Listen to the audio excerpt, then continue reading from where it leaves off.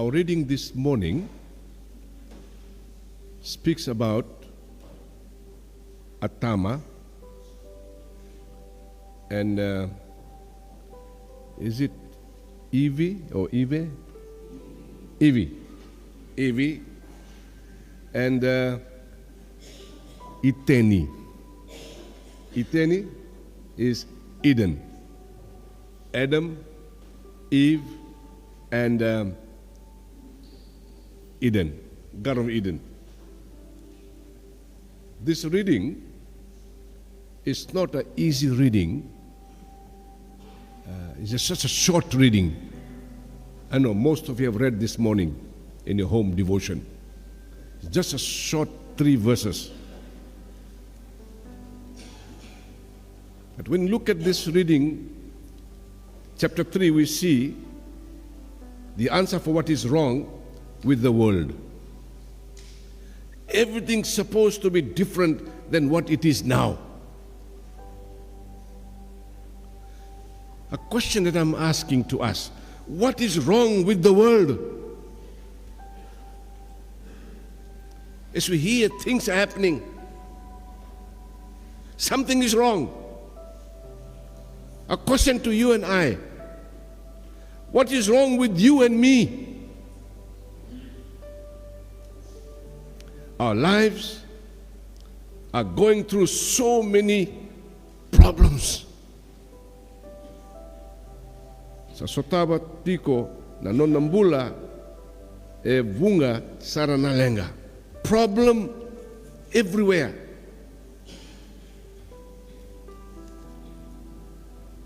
Lenga everywhere. Lenga is everywhere. There are many parts of our lives that are not the way it's supposed to be. We know that something is wrong. We should also recognize that we cannot fix something unless we know what is wrong with it. We cannot have solution unless we get the proper assessment. People give all sorts of answers for what is wrong with the world. Wow, high cost of living. Sometimes I always walk around. I walk just here, I walk around. Please walk around too. And talk to those people who are selling on the street. The socks, the kerchief, the hat, the perfume. Some of them are single mothers. They struggle. I was told one day that somebody came, and I won't name the people. They came and said, "Move all these things from here." And they tell me, "Taltala, how will I feed I have got 6 children. I feed them with this money, and I don't get much. I'm lucky if I can buy a chicken one week." Problem everywhere. High cost of living. Even those of us who get a good salary, we are struggling. Drugs. The kids on the street, some small ones are there. 9 years, 10 years. If you stop your car around McDonald's, they come running, "Uncle, $1. We all have our own problems, though we have problems around. Another problem is people killing people. Just speak what's happening the other side of the world. In the South African country, Israel and the Philistines, the Hamas, Sri Lanka, Bangladesh, even in India. It's coming this side. People killing and have no mercy, no righteousness in their heart. This messed up world is not the way it's supposed to be. God did not create the world which we live to be like this. He did not create suffering, murder, wars, and family breakdown, and all these things we experience in this life. Genesis 1 and 2 takes the great pain in describing God's creation as perfect.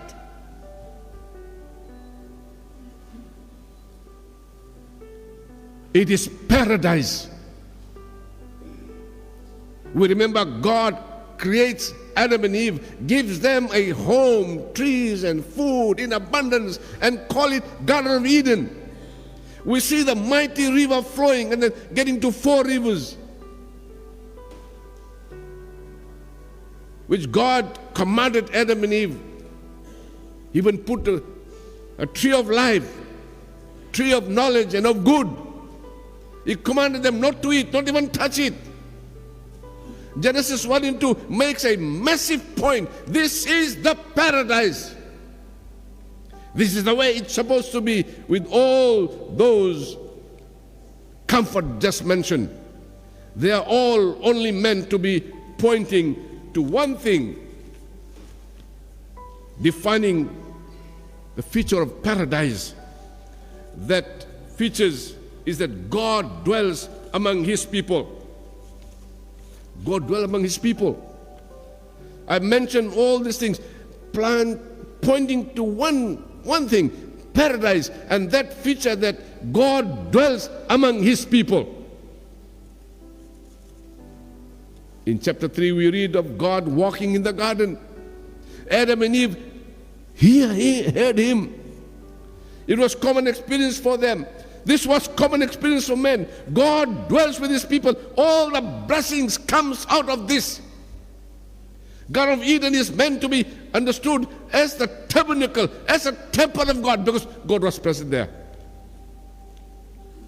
When Israel came out of Egypt, God took them as His people, and God said He will dwell in their midst. And God commanded them a traveling tabernacle, a traveling temple. This is how you're going to, we read that in Exodus 25, this is how you're going to make my tent, the Holy of Holies, the holy place. God gave specific instruction to Moses for building the tabernacle. That tabernacle that God was trying to point to them, that was in the paradise. This is what was happening in paradise, because God's presence. God wanted the image of Eden to be all seen in the temple. For example, the lampstand to be supposed to be carved and pointing up. Palm trees all the way along above the column in front of them. So many things that God commanded them, pointing to the Garden of Eden. God's command for a temple, a tabernacle, was to translate the Garden of Eden in their lives. The Holy of Holies, where God will be present, and only the priest who would go inside the Holy of Holies, he was guarding the place. This was the way it was supposed to be, but then, as you know, everything goes terribly wrong. Genesis describes foolish choice of Adam and Eve. They turned away from God. They wanted to be boss of their own lives. So they declared independence from God, and they wanted to be their own God. They ate from the forbidden tree.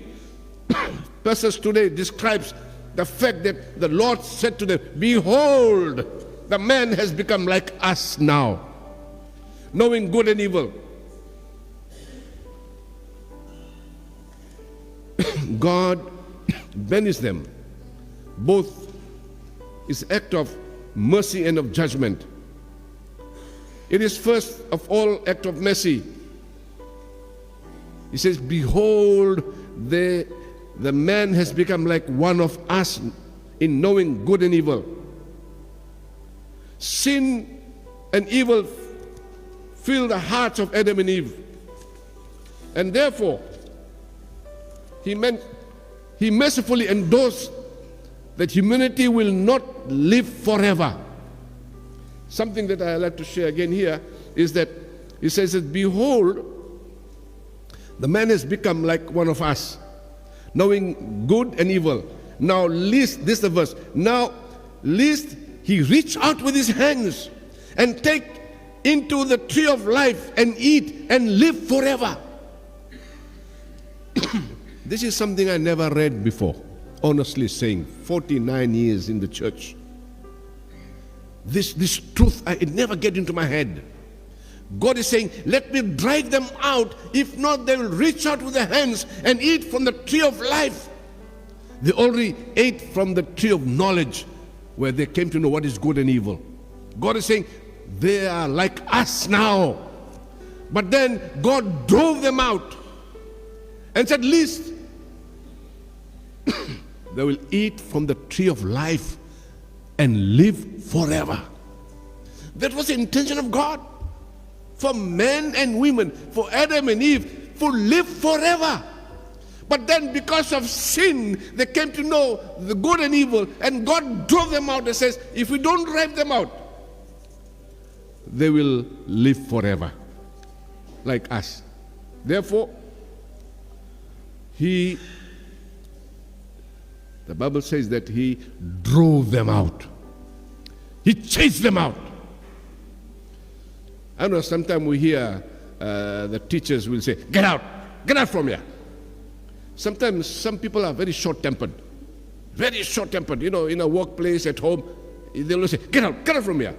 God said, get out from here. Why? Because if they continue living in the Garden of Eden, they'll eat from the tree of life and they'll live forever. By driving them out, God cleanses the paradise. When they ate the fruit, they sinned against God, and the sin was already in them. And for them to be out of the paradise, when God cleansed the temple, just like we find in the time of Jesus Christ, when he changed the money changers and he chased them and whipped them. My house supposed to be a place of prayer, and you have made a den of robbers. And similarly, what happened in the Garden of Eden? God drove them out.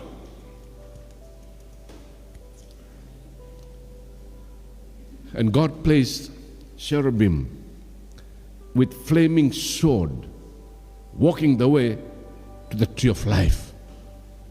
God blocked with a flame sword, and he put a cherubim, an angel, to guard Garden of Eden, that the man will never enter that place again.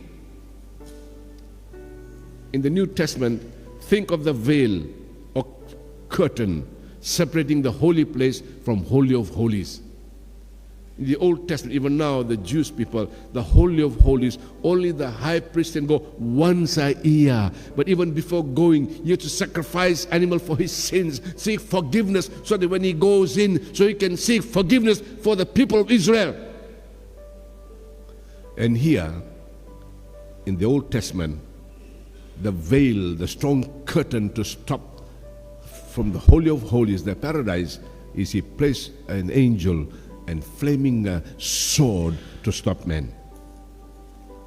I want to challenge us this morning.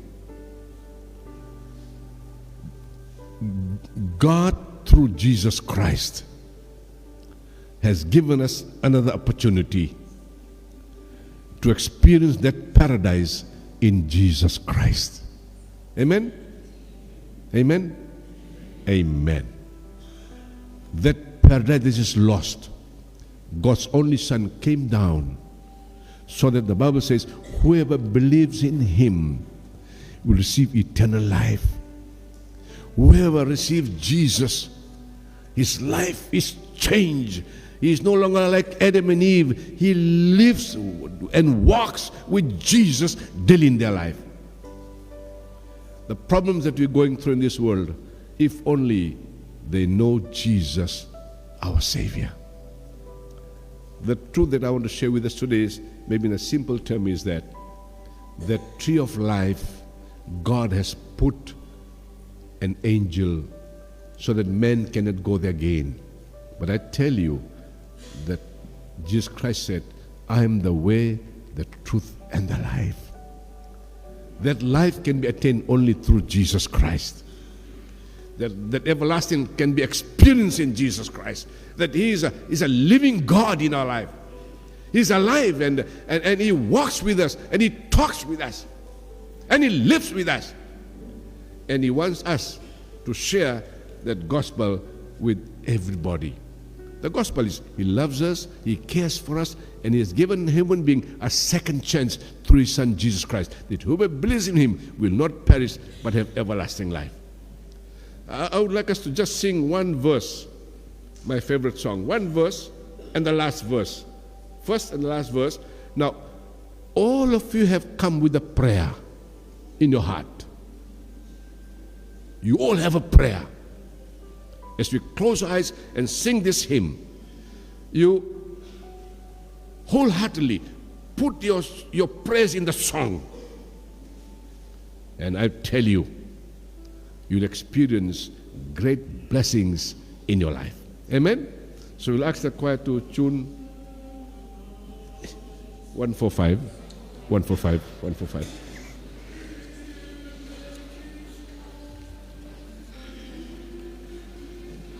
After this, I'll pray for all of us.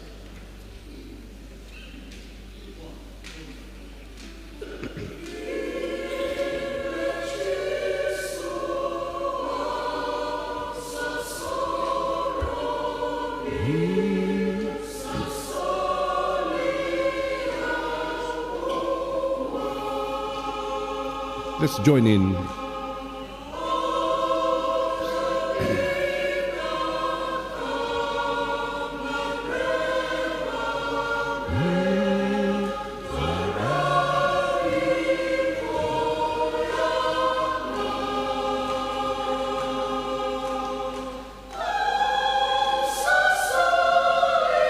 Yes, Lord. We bring our prayers to you, Lord Jesus. Hear our prayers, Lord Jesus.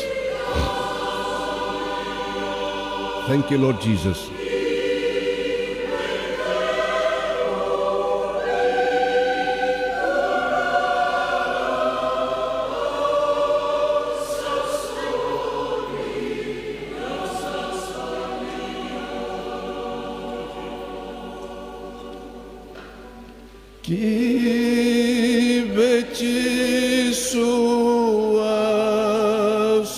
Soro monetari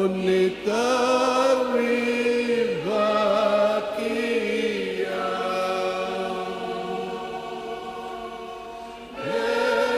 esalaki balakaka dayadamu nichisu.